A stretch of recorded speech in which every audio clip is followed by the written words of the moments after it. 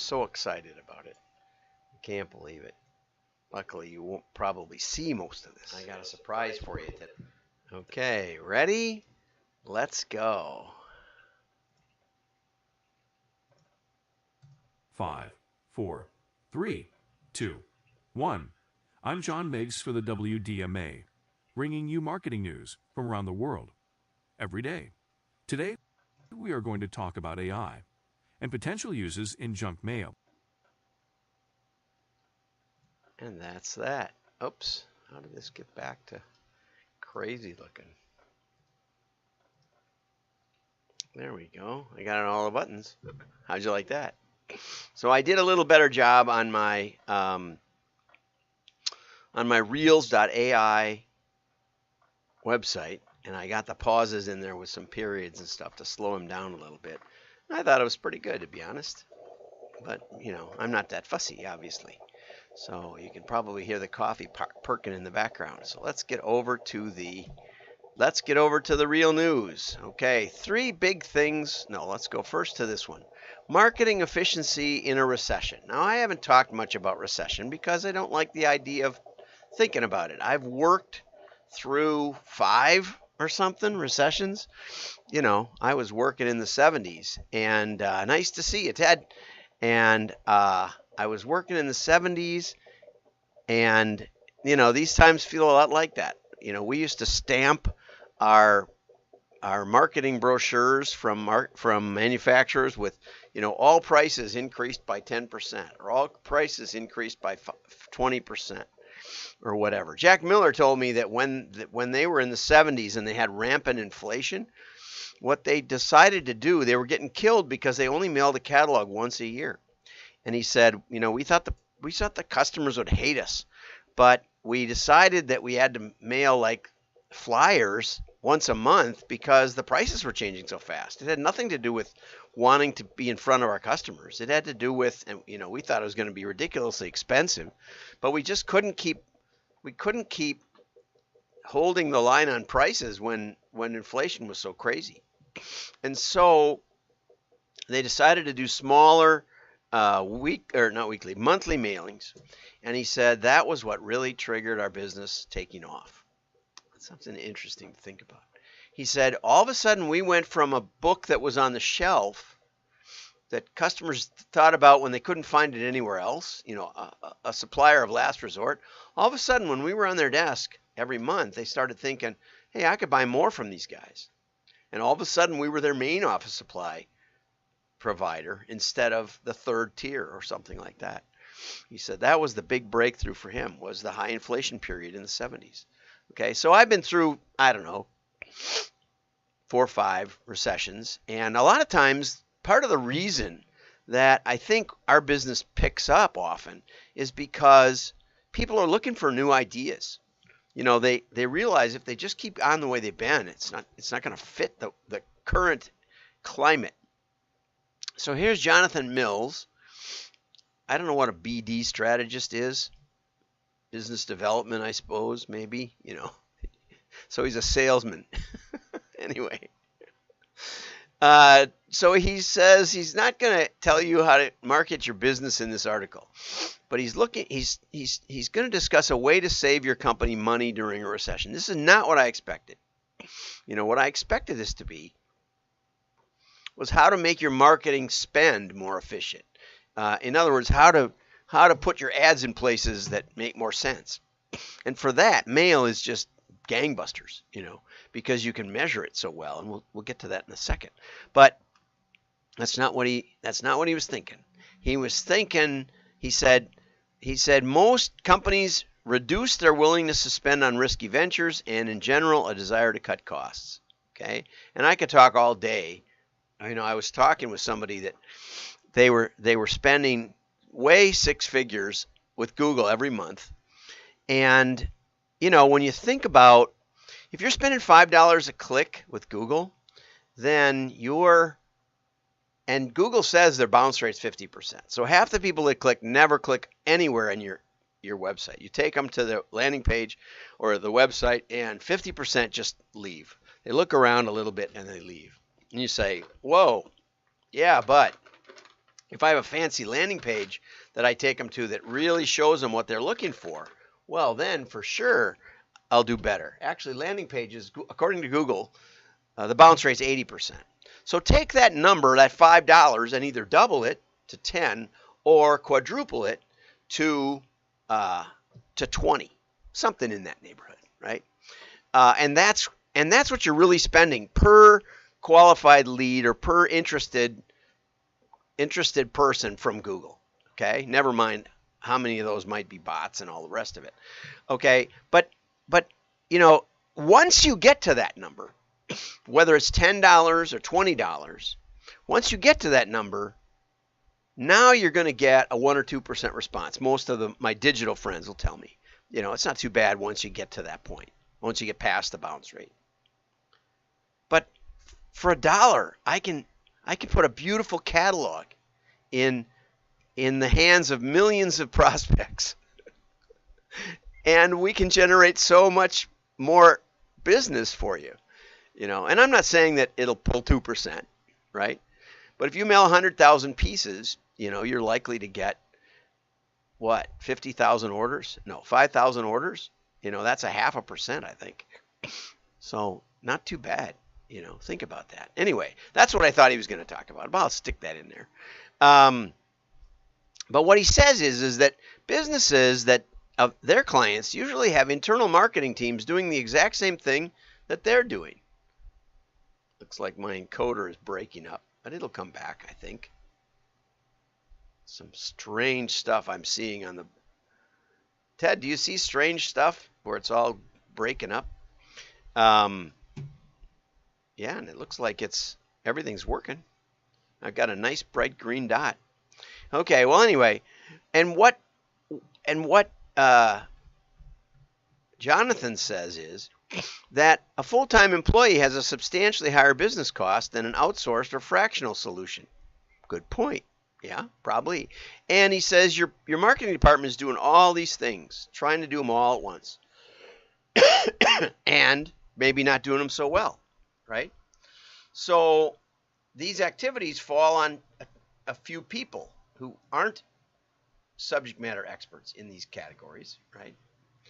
And fractional solutions mean that you can hire solution providers who bill by the hour and deliver outcomes across the marketing needs at substantially lower costs.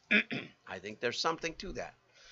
And I think what Jonathan's really suggesting is that maybe the answer is to teach your internal marketing people how to be managers of external vendors to get the job done. But this was the most interesting part, I thought. Jonathan said, I was having dinner with an executive at one of the world's largest entertainment companies, and he was concerned about his lack of internal leverage. Early on in my consulting career, we got a client. We got Amoco Oil, but not their light oils division. That was the gasoline division. But we got their tires, batteries, and accessories. It turned out that this division of Amoco was a $100 million business, give or take. And they were required to chip in 6% of that for IT. And they wanted to do some things where they had more efficient contact with the gas stations so that they could keep their inventory well stocked and tell them about specials and those kinds of things, and have them prepare for seasonal changes like stock up on batteries and snow tires, in November, or instead of waiting until everything breaks loose in December. And so they went to their IT department, and the IT department basically just laughed at them because, gasoline had like 3 SKUs. These guys had like 10,000. And so the IT department didn't support them at all. They basically ignored them. So Vic Hunter knew some, actually he was working with James Avery Craftsman, which was a jewelry company. That was one of his clients. And James down in San Antonio or Kerrville knew a guy at Amoco. His brother was at Amoco and was complaining about how they just had no leverage. And so Vic said, well, why don't you give us 3%? Okay, that's $3 million a year. That's nothing to sneeze at. And he said, we'll basically build whatever you want. Not only that, but we'll set up a team of telemarketers that can call on your your little gas stations, because it's not worth it sending a salesperson to every little gas station all the time.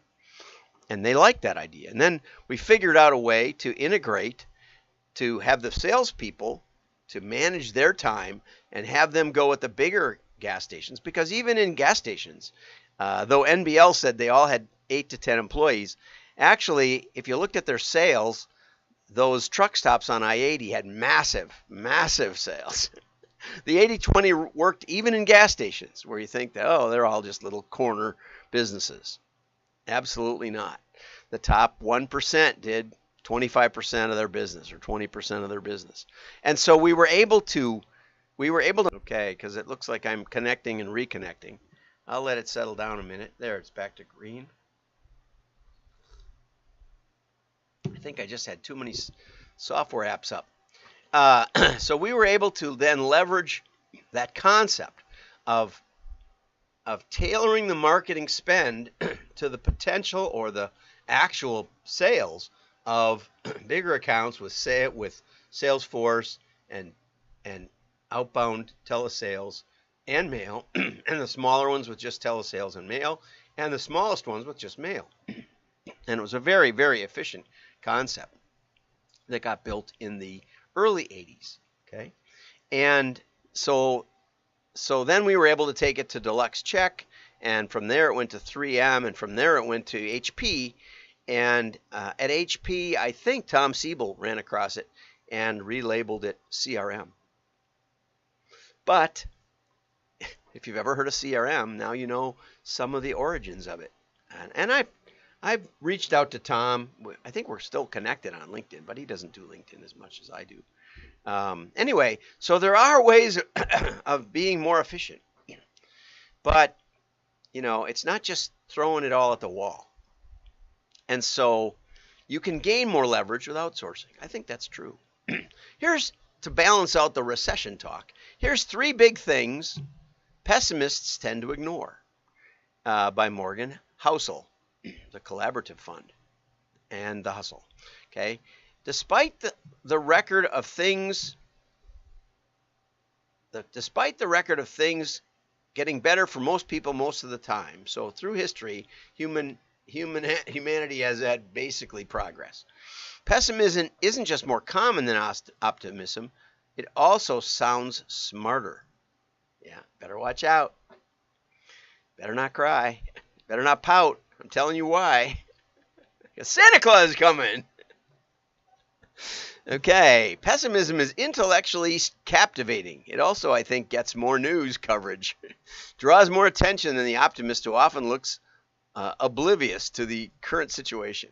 Optimism sounds like a sales pitch, while pessimism sounds like someone trying to help you out. Especially nowadays when bad news is so rampant. But there are 3 big things the seduction of pessimism tends to ignore. One is, being an optimist doesn't mean you think everything will be great. It means you think things will work out in the long run. Things will work out in the long run. You know, I'm impressed with, like, my friends from Lebanon.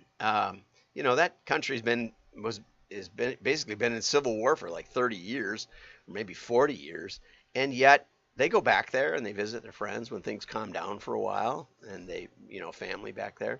And there are beautiful spots in Lebanon. It was the Riviera of the Middle East for a long time. Anyway, even if the short run is constant chain of setbacks, surprises, hassles, and challenges. The second one, and this is probably the best, people adapt. If you extend every negative trend indefinitely into the future, things look terrible. If instead you assume that every negative trend sparks a new innovation. You know, I took a few minutes last night and I was watching about how we can capture the moisture in the air, even in deserts, how we can capture the moisture in the air, and that in the late 1900s, an archaeologist discovered structures, and he speculated that these things were designed to catch water in the air, to foster condensation and capture it. And so now, 130 years later, 140 years later, we're starting to actually build those things. And many of them use no electric power whatsoever, or a very, very, very small amount, unlike desalination plants. They said desalination may be a thing of the past. So very, very optimistic. And, it's basically caused by the water crisis worldwide. Something like 1 billion people don't have enough water. And it's supposed to be growing. Okay, so every good thing you now enjoy came from a bad thing that someone wanted to fix. Think about that. Okay? Finally, bad news tends to happen fast, while good news moves slowly. Over time, the good news tends to be more powerful than the bad, but the speed at which they occur assures that bad news gets more attention than it deserves. Also good. Also good to think about. So, if you're struggling right now, and especially if you're looking to the future and you think the things that you're doing won't get you through, think about outsourcing. Think about outsourcing your marketing database stuff with people who really know what they're doing. Think about people who've been through the recession. Maybe some old guy knows something that you haven't thought about, knows how to implement it, right? And I'm not saying fire your people. I'm saying teach them to work with suppliers for more leverage, for economical leverage. Have a great day. Like and share. Your friends will know you're smart.